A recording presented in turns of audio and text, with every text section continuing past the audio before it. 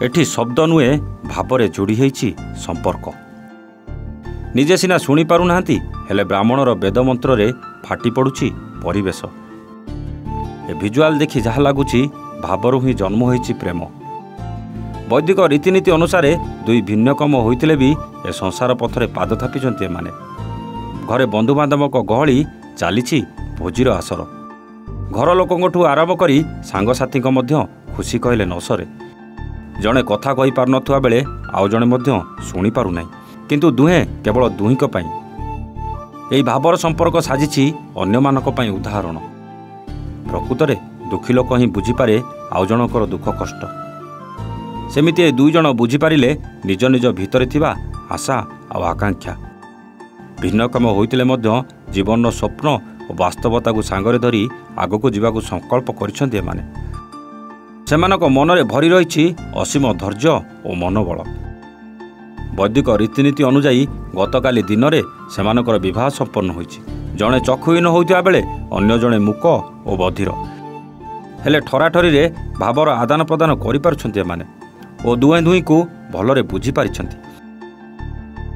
तेबे भद्रक जिला chandbali block Gopinathpur panchayat बालीपदा grammar जदुमणि सेनापति पुओ बाबुलांग सहित तिहिडी ब्लॉक जामजोड़ी पंचायत चारि तरफुर ग्रामर सुभाष दास झील शकुतलाकर वैदिक रीति विवाह संपन्न होइछि। तेबे उभयंक परिवार सहमति ए बाहाघर होइतिबा बेले ए बाहाघर को नहीं दुहे बेस खुशी थिबा कहिसंती उभय पक्षर मुरबी। उभय परिवार आम समस्त खुशी अच्छी आम चला पथ खुशी रो सी भी भिन्नक्षम मु भी भिन्नक्षम बहुत खुशी अच्छे आम आम बापा माँ आम मामू माई सब खुशी अच्छा भी खुशी अच्छा। यहाँ जिनटा हवा आमको बहुत खुशी लगुच कारण उभय पक्ष खुशी दंपति दुई जन बहुत खुशी से आगर आमर तो जिते से देखुले आमर गोटे दुर्बलता रही आम भी देखु आमर गोटे दुर्बलता रही से जो उभय पक्ष मिसिलु आम बाहर करने मनस्थ नेलु मनस्थ भी है सब हो सारापर आम उभय पक्ष भी आम देखुं से भिन्नक्षम किंतु से भिन्नक्षम नुहति कह गले से सक्षम आम भी भिन्नक्षम कहीकि मानविकता को मन मानसिकता को दुर्बलता करवा आमर ठीक नुहे। जेकोसी कम लगे से कर केवल कथाटा टी साउंड टी तार आसब ना ना आउ प्रत्येक जिन से कर आम बहुत खुशी ये बाहाघर को लेकिन एते माने जमीती बाहाघर आमर देश दुनिया होमें भी ये बाहाघर को लेकिन बहुत खुशी अच्छे।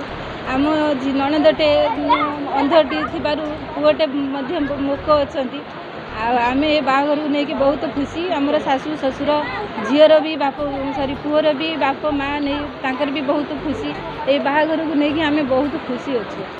बाहर आम झील तो भिन्नक्षम पुअटे भी भिन्नक्षम और बाहर करने भी उद्देश्य नथिने भी खोजुथुनु मन मन खोजुथुनु कौटी किसी सिद्धांत हो पार ना माटी ना बोले माउसी मामू माँ दादा सब मन दुख जो जुटिला से पुअटा भी राजी बाप परिवार भी राजी आमर भी समस्त सम्मति देले मामू घर सह बड़ापा दादा समस्त से बहुत खुशी। अन्यपटे बाबुला कहवा और शुणिबार शक्ति हराइथिबा बेले ठार माध्यम से सबु कथा बुझीपारुवा कहते परिवार लोके।